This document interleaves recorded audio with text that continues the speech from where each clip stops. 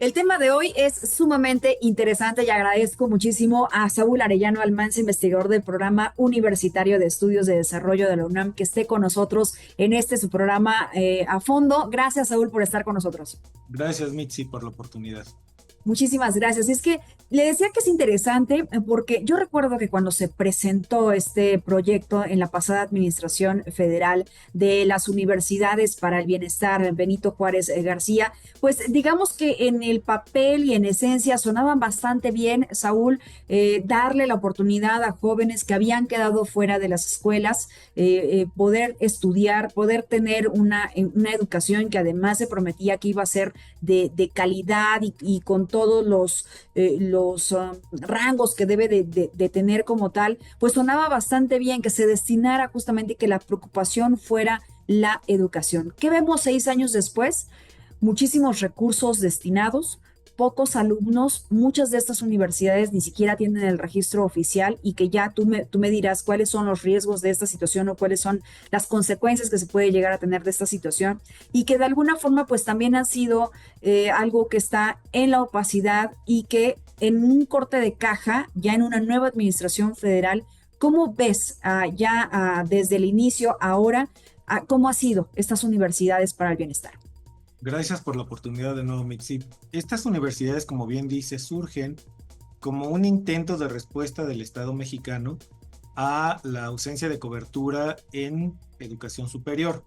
Recordemos que en México la educación superior no llega ni siquiera al 50% en cobertura, Así es. pero que además tenemos problemas muy graves como la deserción escolar. Es el nivel donde más desertan personas del 100% que ingresan a las universidades. Hay indicadores dependiendo del tipo y modalidad, pero estamos teniendo por regiones entre 30 y hasta 45% de deserción, ¿no? Es decir, de cada 100 que ingresan, terminan estudios, alrededor de 60 o 65 personas, y de estas se titulan menos todavía, ¿no? No hay un indicador preciso al respecto, ¿no? Porque hay una gran cantidad de sistemas y subsistemas. Pero esta incorporación de las nuevas universidades Benito Juárez responde a una visión ideológica del gobierno de la 4T, en la que se asumió en el discurso del presidente López Obrador durante los últimos años que las universidades públicas eran fifís, que se habían aburguesado, nos dijo a la UNAM, que no cumplían con el objetivo social que tenían de origen, como era el caso de la UAM, que era un refugio de no sé cuánta cosa, le dijo al CIDE, y así a las más representativas de educación superior. Entonces propusieron crear 100 universidades, 100 planteles, para incrementar sustantivamente la matrícula. Tenemos resultados muy cuestionables al respecto, que ya forman parte de las evaluaciones, por ejemplo, del Coneval o de la Auditoría Superior de la Federación. Estamos hablando de cuantiosos recursos, Mitzi, Así es. invertidos en estos años. El Coneval reporta 22.200 millones de pesos que se han ido, pues prácticamente, si no a la basura, si a un gasto que no va a tener, digamos, el retorno que debería tener en términos de educación para el país, en términos de productividad, de incorporación al empleo, generación de riqueza, todo lo que tiene de implicaciones la educación superior. Esos 22.200 millones de pesos que detecta el Coneval que se han invertido en este programa, lamentablemente no tenemos cómo medir su impacto, Mitzi. El gran problema que identificó el Coneval en las mediciones del 2019, en la del 2021 y en la del 2024, que son las evaluaciones que se han hecho, no ha identificado siquiera indicadores adecuados para evaluar a estas instancias. Eso es gravísimo. Y en las tres evaluaciones que ha hecho, en todas las marca en rojo y nos dice no hay indicadores para, digamos, la evaluación mínima. Ya no digas tú de otro tipo, no, para lo mínimo y dar seguimiento a esta inversión. Ahora bien, como tú bien dices, y en el caso de Veracruz, pero también en Guanajuato, en Aguascalientes, en todos los estados donde están estas universidades, lo que encontramos es un diagnóstico repetido a partir de las voces de aquellas personas que están acudiendo, de las y los jóvenes que acuden a estudiar a estas universidades. Por ejemplo, uno de los grandes retos que se tenían o que se buscaban responder es la falta de educación en lengua materna para los pueblos indígenas, ¿no? Se asumía que tendrían una cobertura muy importante allí, el último dato de que yo dispongo es de casi 56,000 personas matriculadas en estas universidades a nivel nacional, y se estima que alrededor de la mitad estaríamos hablando de personas hablantes de alguna lengua indígena. Bien, el grave problema es que no hay gente que tenga la capacidad de enseñar a nivel superior en lengua local, en las lenguas originarias. Entonces, como no tenemos personal suficiente, no se está garantizando este objetivo de enseñar en lengua materna, por ejemplo, ¿no? Recordemos que en México hay 68 variantes lingüísticas reconocidas en el Catálogo Nacional de Lenguas Indígenas, y no tenemos al personal suficiente para atender al menos a las mayoritarias, ¿no? Maya, náhuatl, zapoteco, ñañú, otomí, etcétera. No tenemos esta capacidad. Y luego, cuando vamos viendo las entrevistas, reportes en medios, algunas evaluaciones ya independientes que están saliendo por ahí, lo que nos encontramos es un diagnóstico repetido. Las instalaciones son sumamente deficientes. Las instalaciones no cuentan con los equipos, laboratorios, instrumental, todo lo que se requiere para enseñar lo que dicen que van a enseñar.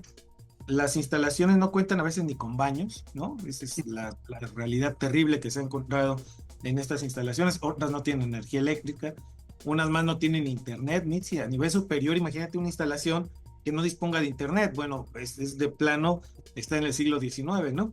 Entonces, vemos cómo esto está repercutiendo en la calidad de la enseñanza, pero luego vemos problemas adicionales.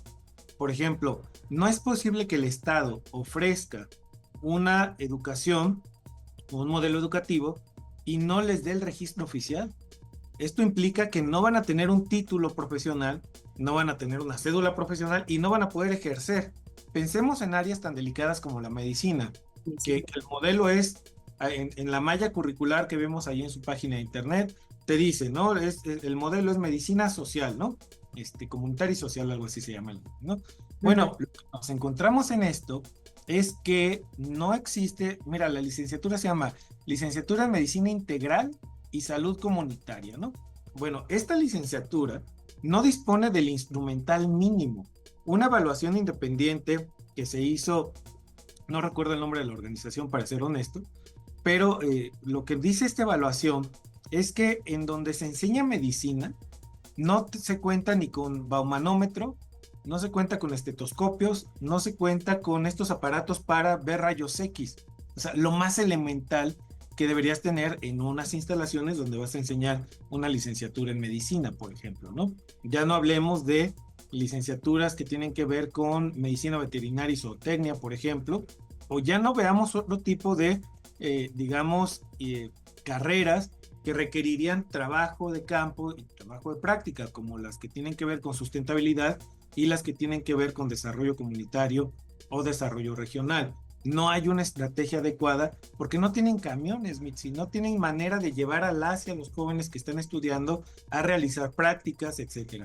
La pregunta entonces, frente a esta calamidad que estamos viendo, es si esos 22,000 millones de pesos no hubiese sido mejor otorgarlos a sistemas ya establecidos que tienen capacidad probada y que tienen un diagnóstico profesiográfico de mucho mayor calidad y de mucho mayor, pertinencia social y económica para el país, ¿no? ¿Qué es lo que se hizo? Se diseñaron carreras desde una perspectiva ideológica y no se hicieron, por ejemplo, estudios de mercado, ¿no? En el sentido más, digamos, crítico posible, ¿no? Porque van a decir, es que eso es neoliberal y tiene que ver con una visión capitalista. No. A ver, ¿qué se requiere para el país? ¿Qué estamos necesitando? ¿Qué vamos a enseñar? ¿No? En ese sentido, tendríamos que pensar, ¿por qué no incorporar, fíjate nada más la visión sesgada e ideológica, ¿no? A los pueblos indígenas les llevamos carreras de integración social, ¿no? De integración comunitaria, desarrollo forestal. ¿Y por qué no poner ahí algo de microchips, por ejemplo, ¿no? ¿O por qué no enseñar alta tecnología? Es de nuevo el prejuicio de que los pueblos y las personas que viven en los pueblos indígenas, pues nomás pueden aprender lo suyo, ¿no?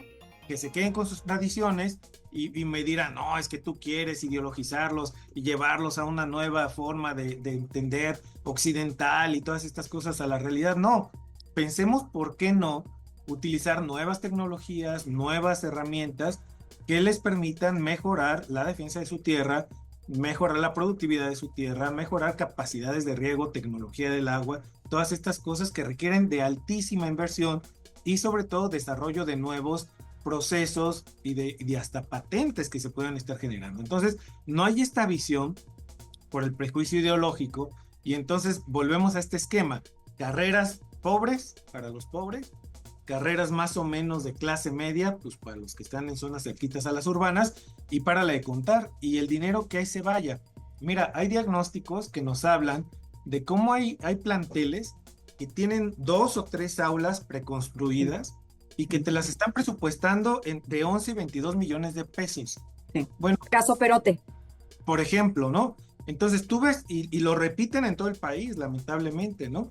Entonces, cuando tú ves estos costos y hay una parametrización, por ejemplo, de la SEP, ¿no? A partir de lo que es la autoridad que se encarga de toda la construcción de infraestructura para la educación básica, allá hay sistemas de parametrización y costos. Cuando contrastas lo que está allí frente a lo que se están gastando acá, no hay correspondencia. Mira, no quiero decir la marca, pero es esta empresa que tiene ahí ventas por internet, ¿no? Si tú te metes ahí a ver y buscas aulas preconstruidas, ¿no? Nada más por hacer el ejercicio, te vas a encontrar que una aula preconstruida o una casa preconstruida de 80 metros cuadrados, que es fundamentalmente lo que tienen en estos espacios, no te cuesta más de 700,000 pesos, por ejemplo, ¿no? Bueno, 700,000, allí nomás le das clic y te los mandan, ¿eh? Los cargan a tu tarjeta. Bueno, si esta empresa puede estar vendiendo a ese costo con materiales que ya hicimos el comparativo, que son comparables con lo que están entregando en las de allá, bueno, ¿por qué los 11 millones de pesos? Porque no estamos hablando de equipamiento, estamos hablando solo de construcción, ¿no? Sí. Y no estamos hablando de costo de terreno, ni mucho menos, solamente la construcción. Bueno, estos sobreprecios que se están identificando en muchas zonas, evidentemente te hablan al menos de una muy mala planeación, ¿no? Para no pensar mal en otras cosas, ¿no? Pero para no pensar mal, porque justamente hemos visto otros casos que en esta falta de transparencia, en esta opacidad, no sé si piensan que los que no sabemos de entrar al internet y buscar, como tú lo acabas de decir, a través de una aplicación, cuánto puede llegar a costar y que de repente, pues, ¿dónde están los 9 millones restantes o los 10 millones restantes, Saúl? Pues obviamente habla de un asunto también que involucra la corrupción. Alguien se está llevando este dinero y obviamente habría que hacer una investigación al respecto, pero pues nada más así por encima, pues habla de una irregularidad que se está aplicando y además en todo el país. Sin duda, y luego entonces vemos, Mitzi, que tenemos esta mala planeación, una mala presupuestación, un pésimo gasto, frente a resultados que no podemos medir. Eso es lo peor. No solamente es porque haya opacidad, es porque no tienen los indicadores disponibles. Este gobierno, el anterior, y parece ser que se va a repetir en la presente administración, no tiene una vocación de rendición de cuentas, no tiene los indicadores, ya asumiendo que son los pertinentes, porque habría que luego discutir si esos indicadores de deberes sirven, pero no tienen ni los básicos y elementales para estarnos diciendo cuánto. Hoy, si tú entras a la página de las universidades Benito Juárez, no hay ningún apartado de estadística, por ejemplo, ¿no? No hay ningún apartado que te diga, hemos egresado a tantas personas, tantas están tituladas, tantas están empleadas, que ese es un indicador que la educación superior no está, digamos, en la versión pública utilizando, y que debería ser un sistema de rendición de cuentas, ¿no? A ver, el Estado paga esto, porque eso se financia con recursos públicos, ¿no? No es que salga gratis. Una cosa es que no le cobren a las y los estudiantes como un asunto de justicia, lo cual está correcto, pero no quiere decir que no cueste. Hay una inversión pública, ¿no? Y son impuestos, digamos, aplicados, ¿no? Son recursos fiscales del Estado. En esa medida, la cuestión es que el Estado debería decirnos, por cada peso que yo invierto, hay un retorno de unos 50, 2, 3, no sé cuántos, por el impacto positivo que tiene una mayor educación en el país. Eso no lo podemos saber. Lamentablemente no hay un solo dato que nos permita hacer esta cuantificación. Y luego lo otro, ¿no? Cuando ves el diseño de la malla curricular, te das cuenta de que incluyeron cosas que en 10 o 20 años ya no van a servir. Es decir, estamos hablando de procesos de enseñanza que se están transformando de una manera súper acelerada y que no están incorporando los elementos necesarios. Por ejemplo, si pensamos en ingeniería civil, bueno, tú ves su malla curricular, yo no soy ingeniero, ¿no? Pero como dirían, solamente a una visión superficial del tema, no tiene ninguna materia relativa a nuevos procesos de construcción a partir de materiales reciclables, por ejemplo, ¿no? Hay algunas cositas por aquí o por allá, pero no como una especialidad que se pueda aplicar en un país que tiene una variedad climática y territorial brutal. No es lo mismo construir una escuela en Perote, como me decías, que en Calvillo, en Aguascalientes, que en Batopilas, en Chihuahua, que en Jichú, en Guanajuato, que en Morelia, en Michoacán. O sea, el país es mega diverso, tiene una enorme variedad de climas y territorios que requerirían procesos de construcción desde la propia universidad. Ya si lo vas a hacer, pues hazlo bien, ¿no? No, uniformaron, metieron estas cosas espantosas que no tienen la capacidad de atender. Y claro, están confiadas y confiados la autoridad a que se están inscribiendo 50 personas por plantel. La pregunta es el costo que nos está generando a la sociedad. ¿Por qué no mejor dar ese dinero en becas, por ejemplo, o en recursos extraordinarios para que la UAM, para que la UNAM, para que el POLI, para que la universidad estatal? Oye, en Veracruz hay una universidad estatal poderosísima, de las mejores que hay en América Latina, ¿no? ¿Por qué no mejor fortalecer esta, ¿no? ¿Por qué no fortalecer al colegio de Veracruz, ¿no? ¿Por qué no fortalecer a todos los colegios que hay? El Colzón, el COLEF. Por qué no dotar de mayor equipamiento y capacidades? La cuestión es que en el modelo ideológico que tiene esta administración y la pasada, hay una especie como de anhelo de formar a tus propios profesionistas que creo que están calculando, se podrán convertir en militantes profesionistas de Morena, ¿no? Más o menos así se está pensando el modelito, y claro que eso no va a funcionar, no va a tener buenos resultados, porque no nos va a dar las y los profesionistas que merecen ser cada una de estas personas que están ahí. Oye, juegan con la vida de las personas, Mitzi. Son jóvenes que tienen anhelos, que tienen la ilusión de por fin salir del atraso, salir de la pobreza a partir del estudio de una carrera que les llena su vocación de vida y profesional, y que tienen la aspiración de ir al mercado laboral. Imagínate que salgas con un diplomita y cuando llegues a cualquier lugar te digan, pues, ¿dónde está tu cédula profesional? No puedes trabajar aquí, no puedes ejercer. Oiga, pero es que fue a las universidades del bienestar, pues good for you, ¿no? Pero no vas a poder trabajar ahí. Imagínate jugar así con la vida de estos 50,000 jóvenes. Me parece que es muy responsable, ¿no? Es muy grave, sobre todo porque si regresamos a la primera parte en donde yo te decía, inició cuando se presentó, digamos, era de alguna forma, era una cosa de muy buenas intenciones, ¿no? Justamente de estos jóvenes que de alguna forma habían quedado rezagados en el tema educativo, pues justamente se le abría esta posibilidad. Lo cierto es de qué manera se tienen estas posibilidades. Cuando tú decías el ejemplo de las universidades de medicina, que decías medicina comunitaria, ¿no? Es el caso de Perote, y se supone que en estas en donde hay medicina, en donde se iba a construir medicina, bueno, donde está operando la Facultad de Medicina, iba a estar acompañada de una clínica para que allí realizaran las prácticas. ¿Recuerdas que así era como se había planteado? Bueno, pues esto tampoco ha sido una realidad, tampoco ha sido algo que ya ha ocurrido. Y ahorita que decías, tener sus universidades sin tener que apoyar a los que ya están, bueno, lo vimos con los bancos, Saúl, los bancos del bienestar. ¿Por qué construir bancos que además muchos de ellos están colocados en zonas inhóspitas, en zonas que ni siquiera tienen la protección adecuada, en donde se maneja, donde debería de tener una seguridad porque se maneja dinero? Ahí vemos lo del aeropuerto, ahí vemos lo de la refinería. Y próximamente también la construcción de vehículos, ¿no? Que quieren hacer vehículos eléctricos. Entonces, es un conjunto de cosas que se han aplicado, que se han destinado millones de recursos, y que al día de hoy, a 6 años de distancia, no vemos realmente los resultados que, pues, en un país ideal hubiésemos querido que ocurriera. Lo cierto es que pareciera que vamos en retroceso, y en el caso particular de esas universidades, Saúl, ¿hay algo que se pueda hacer? O mejor, definitivamente, pues sacar el proyecto, retomar los recursos que se puedan rescatar y aplicarlos en estas universidades que ya están establecidas. Mira, en política pública, Mitzi, siempre tienes opciones, ¿no? Y en este caso, el problema es que fueron creadas por decreto, ¿no? Estas universidades, y su propio diseño jurídico, institucional, curricular, etcétera, es todo un desorden. Aquí el gobierno debería reconocer que se equivocó, que esto era un compromiso de campaña del presidente López Obrador, que se comprometió a que no iba a haber más rechazados, ¿no? Y que estas universidades tenían como impronta responder a este compromiso presidencial. Ya no va a haber jóvenes rechazados, ¿no? Bueno, como si las universidades públicas existentes estuvieran ahí perversamente sus autoridades a ver a qué hora llegan las y los jóvenes y los mandan para afuera o les dicen que no hay lugar, ¿no? No funciona así, es mucho más complejo.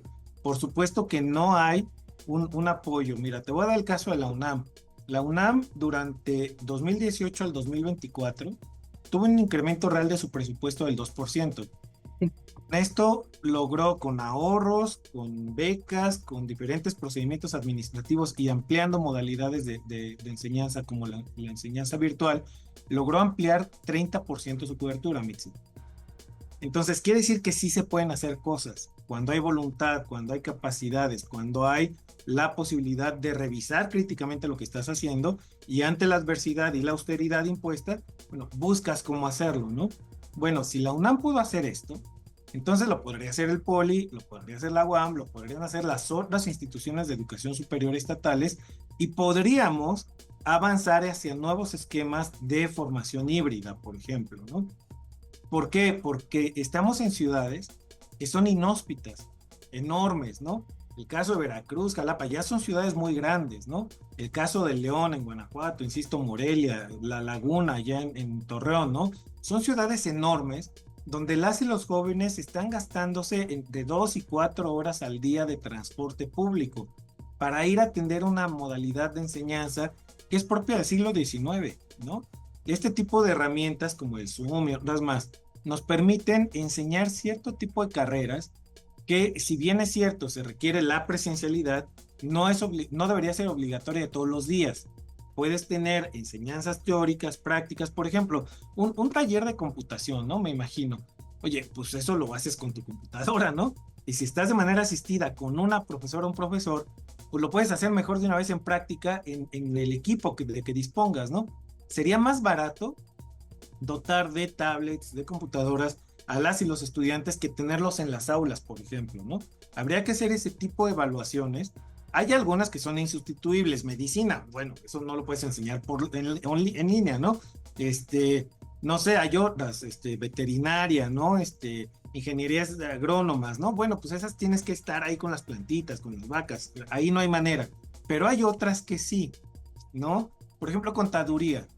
Yo creo que contaduría es una carrera que se puede cursar de manera híbrida, por ejemplo, Exacto. administración de empresas, ciencias políticas, ciencias de la Uh-huh. comunicación, son carreras que tienen esta capacidad o esta posibilidad que debería llevarnos a una reflexión de todas las instituciones de educación superior a un análisis integral profesiográfico de cuál es la realidad del país frente a la irrupción de la inteligencia artificial, que yo me atrevo a decir que es del calibre de la invención de la imprenta, porque nos está lanzando pasos agigantados hacia adelante.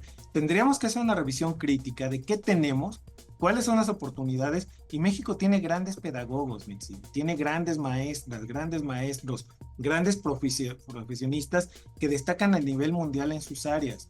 ¿Por qué no recurrir a ellas y a ellos? Y en esta visión plural, diversa, enorme que tiene el país, construir nuevos procesos de enseñanza y capacitación. Mira, hay un ejemplo muy loable que están encabezando José Sarucán y Julia Carabias, por ejemplo, ¿no? Ellos han propuesto que en todas las universidades del país se tenga como parte de la currícula, independientemente de lo que estudies, una materia mínima que te enseñe educación ambiental, ¿no? ¿Por qué? Porque la responsabilidad ambiental la tienes que tener, seas doctor o doctora, seas lo que seas, Parte de requiere. tu vida. Exactamente, es parte de ser buen ciudadano o ciudadana, ¿no? Bueno, este tipo de situaciones que ya hicieron el análisis, este tipo de personas que no tienen el premio Nobel porque no hay en su área, pues, ¿no? Pero son de ese calibre. ¿Por qué no buscar a estas personas y que nos ayuden a construir visiones hacia adelante? El problema es ideológico, Mitzi, ¿no? porque justamente al doctor Sarucán y a Julia Carabias los acusaron de ser neoliberales y no sé cuánta mentira, y los expulsaron de un montón de espacios porque decían que eran la mafia del tema medioambiental en el país, ¿no? Bueno, ya vimos lo que pasó con el secretario que puso López Obrador en la Semarnat, ¿te acuerdas? No terminó ni los primeros 2 años y terminó hablando pestes de la 4T, ¿no? Entonces, este tipo de situaciones las vemos en todas las áreas, como si la ciencia per se tuviese ideología. Y esta ideologización que se intentó hacer de la ciencia es lo que llevó a esta crisis y nos puso ante este tipo de modelos que no funcionan, que no son aptos y pertinentes para la realidad que estamos viviendo en México, pero también a nivel internacional. Mira, en China están viendo nuevos metales. Hay una cosa ahí, no recuerdo el nombre de este nuevo metal que descubrieron enormes cantidades en el mundo, que les puede dar energía por 60,000 años a los chinos, ¿no? Si logran procesarla adecuadamente. Bueno, ¿dónde está México en esa discusión? Estamos aquí haciendo una concentración en el Zócalo para combatir aranceles. Bueno, estamos en problemas, ¿no? La educación superior tiene como misión constitucional generar conocimiento que beneficie a la humanidad y al país. Eso no está en las Benito Juárez, está en el espíritu, en la inspiración que tuvieron para crearlas, pero no en su diseño, no en su operación, no en sus resultados. Y creo que eso es lo que tendremos que estar modificando, ¿no? Oye, Saúl, ya como reflexión última y para terminar este programa, ahorita que mencionabas otras partes del mundo, por ejemplo, Japón. Japón en su educación también cambió el modelo el cual se está implementando porque, bueno, al menos eso fue lo que vi que pretendían hacer, tener ciudadanos del mundo. O sea, ya no solamente teniendo este discurso nacionalista, ¿no? Sino ciudadanos del mundo, que podamos aprender de otras cosas para poder justamente abrirnos hacia el mundo y las necesidades del mundo. Y nosotros nos seguimos quedando justo en esa educación del pasado en el que ya no estamos avanzando y sobre todo con las necesidades que se tienen. Mira, el caso de Japón es muy bueno y a mí me parece que el de Corea también es paradigmático, ¿no? Y el modelo finlandés. Fíjate qué interesante, por ejemplo, el modelo coreano, ¿no? En el modelo coreano se dieron cuenta de que enseñar filosofía era muy importante en las escuelas. Deberíamos estarle enseñando a las y los jóvenes a pensar críticamente para que cuando llegue el momento de la gran pandemia que nos va a llegar, esperemos que tarde muchos años, no décadas, pero todos los epidemiólogos dicen, no tarda en caernos the next big one, le llaman, ¿no? Bueno, en cuanto nos llegue esa pandemia o en cuanto nos lleguen nuevos procesos de revolución tecnológica, vamos a tener que reaprender cosas, ¿no? Entonces, deberíamos estar enseñándole a las y a los jóvenes a pensar críticamente para poderse adaptar a estos cambios tan acelerados, de tal manera que cuando vengan estas disrupciones no se vean sorprendidos y no tengan que aprender todo de nuevo, sino que tengan esta capacidad adaptativa y puedan llevar sus vidas con el mayor bienestar y posibilidades de felicidad máximas, ¿no? No estamos con un sistema así, no lo estamos pensando en esos términos, al menos no de manera generalizada, y me parece que eso sí puede meter en una crisis mayor al país y a varias regiones del mundo, porque no nos estamos acoplando a estas grandes transformaciones, ¿no? Insisto, ChatGPT, inteligencia artificial, todas estas innovaciones nos están enseñando que esto ya viene. Mira, cuando se hace el análisis del 2020, por ejemplo, ¿no? Si cuentas tú del 2000 al 2020, todo lo que se inventó en esta época es equivalente a lo que se había inventado 2000 años atrás. De ese tamaño es la revolución tecnológica. Los últimos 20 años han generado tal cantidad de innovaciones que juntas equivalen a los 2000 años previos.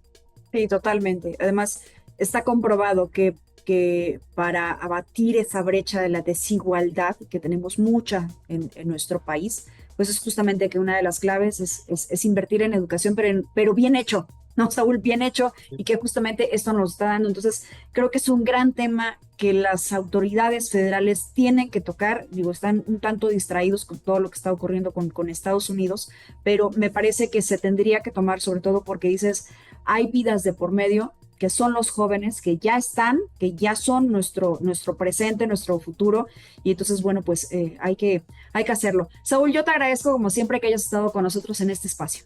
El agradecido soy yo. Un fuerte abrazo al auditorio. Muchísimas gracias. Y bueno, pues Saúl Arellano con nosotros, investigador de la UNAM. Yo soy Mitzi Cordero. Gracias por haber estado con nosotros aquí en A Fondo.